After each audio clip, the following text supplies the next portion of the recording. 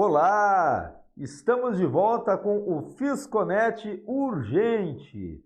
Hoje, dia 9 de dezembro, foi publicado no Diário Oficial da União a Instrução Normativa número 1997 da Receita Federal.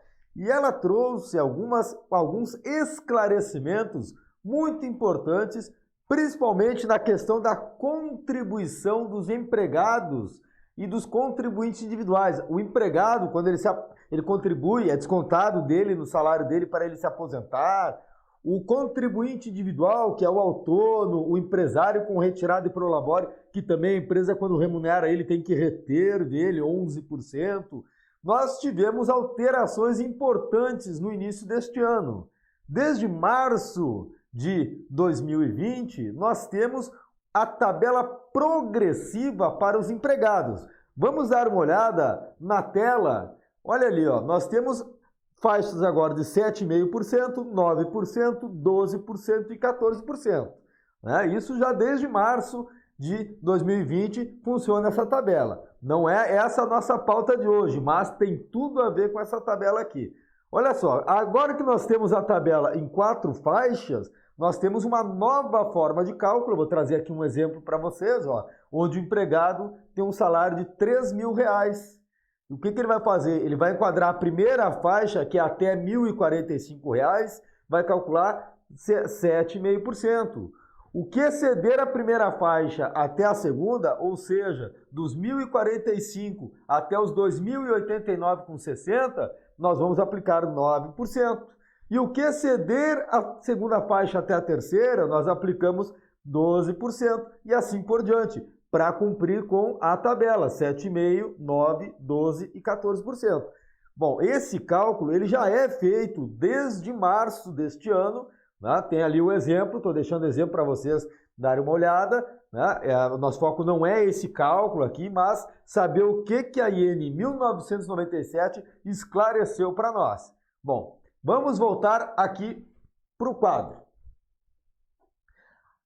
Se por acaso o trabalhador tiver mais de uma fonte pagadora, por exemplo, o empregado tem mais de um vínculo empregatício, a IN 1997 ela alterou a IN da Receita Federal do Brasil, número 971, de 2009. O artigo 64, ele traz a obrigatoriedade do empregado apresentar uma declaração para a empresa. Nessa declaração, então, veja bem, se o empregado tem mais de um vínculo empregatício, ele deve apresentar uma declaração para a empresa, trazendo em ordem em que as empresas efetuaram o desconto dele. Né? Então, a empresa A descontou primeiro, depois a empresa B, depois a empresa C, por exemplo, né?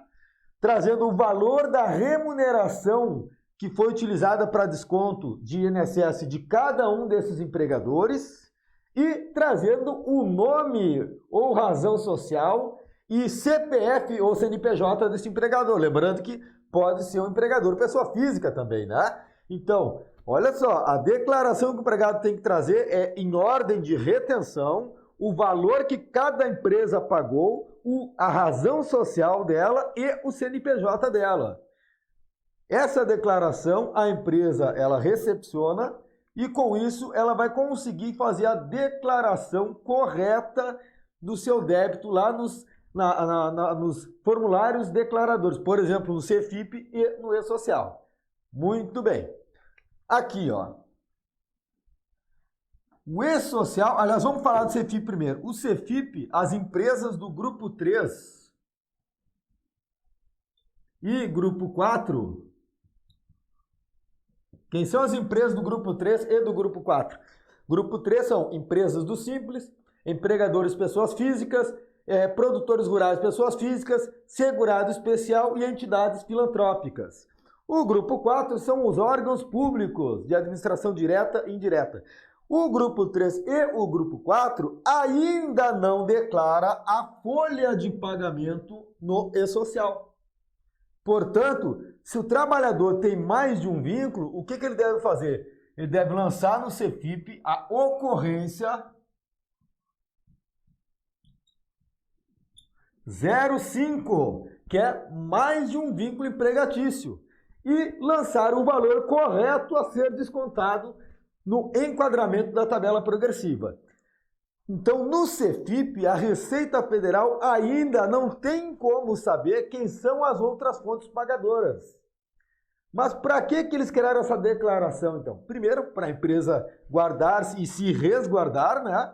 E também para no e-social, onde as empresas do grupo 1 e do grupo 2 já estão entregando a folha é o S1200.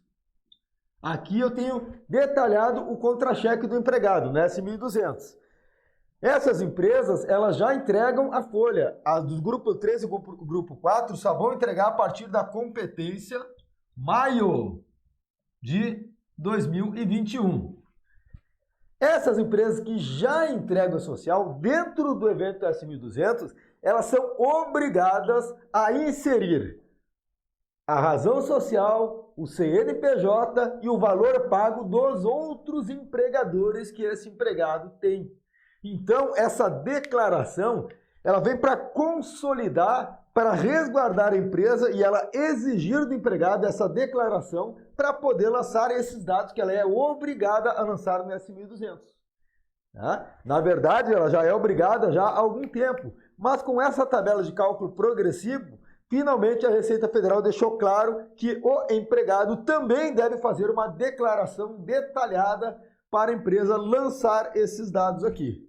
Lembrando que essa mesma declaração também deve ser feita pelos contribuintes individuais que tenham mais de uma fonte pagadora. Se o contribuinte individual tem mais de uma fonte pagadora e ultrapassa o teto da Previdência, o artigo 67 da IN 971 também diz que deve fazer uma declaração para a empresa contratante. Então, se a minha empresa remunera um autônomo e esse autônomo ele já ultrapassou o teto porque ele tem outras fontes pagadoras, ele também faz essa declaração. Qual é a diferença do empregado para um contribuinte individual? O empregado ele não precisa passar do teto para fazer essa declaração, porque ele tem 4 faixas de desconto. 7,5%, 9%, 12%, 14%. Então ele precisa fazer a declaração caso ele tenha mais de uma fonte pagadora. Ele é obrigado a fazer. Já o contribuinte individual, o autônomo, ele só vai fazer essa declaração para nós se ele ultrapassar o teto. Então, portanto, eu não vou reter tudo o que eu estou pagando para ele. E aí eu tenho que justificar isso lançando também o CNPJ, a razão social e o valor pago pela outra ou pelas outras empresas que remuneram ou que remuneraram esse contribuinte individual. Então, nós temos aqui essa declaração, agora que o empregado também é obrigatória. Dentro da IN 1997, nós temos um modelo dessa declaração. Vamos para a tela de novo, só que agora vamos mostrar o modelinho que a Receita Federal já divulgou. Olha ali, ó. Muito bem. Basicamente, ó, coloca o nome do segurado, CPF destinatário, CPF ou CNPJ e razão social em nome do empregador. Declaro sob as penas legais a ordem de precedência e as remunerações que foram ou serão tributadas em outras empresas, que devem ser observadas para fim de desconto da minha contribuição de seguridade social, na forma do parágrafo 1º do artigo 64 da IN 971. E aí tem lá o modelinho, né? Coloca, faz a assinatura e essa declaração, ela coloca sob responsabilidade do empregado a veracidade dela, né? Então a empresa ela tem que exigir essa declaração do empregado a partir de agora, caso ele tenha mais de um vínculo empregatício.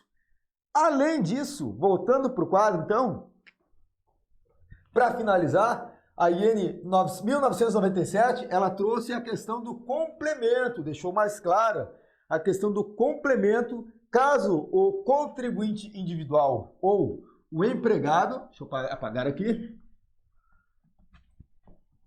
caso eles tenham uma remuneração inferior ao mínimo. O mínimo é R$ 1.045 hoje, né? Então, caso eles ganhem menos de R$ 1.045, o que eles têm que fazer? Eles têm que complementar até o dia 15 até o dia 15 do mês seguinte, complementar até atingir o mínimo. O empregado vai complementar com 7,5% sobre o que resta, o que falta para atingir o mínimo, e o contribuinte individual, né, por exemplo, ele recebeu lá de uma empresa R$500, ele vai ter que complementar com 20% do que resta. Por exemplo, se ele ganhou R$500, restam R$545 para ele completar a contribuição pelo mínimo. Deve haver esse complemento agora. E aí ele recolhe também até o dia 15 do mês seguinte.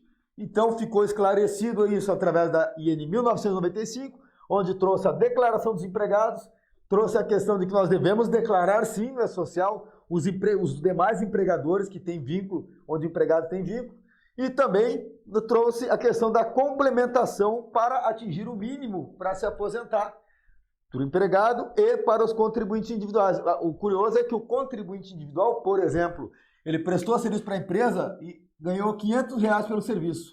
A empresa vai reter 11%, né? Porque a empresa retém 11% dos contribuintes individuais. Só que a complementação dele não será de 11% e será de 20%, né? Até o dia 15 do mês seguinte. Então, essas foram as alterações muito importantes que ocorreram hoje. Espero ter esclarecido. Para os nossos alunos da plataforma do curso de E-Social, estamos trazendo uma aula explicando isso, como lançar no E-Social. Para os nossos clientes do Netflix Trabalhista, onde tem mais de 100 horas de vídeos na área trabalhista, também estamos trazendo exemplos, esclarecimentos sobre tudo isso aí, né? Espero ter ajudado vocês. Até a próxima!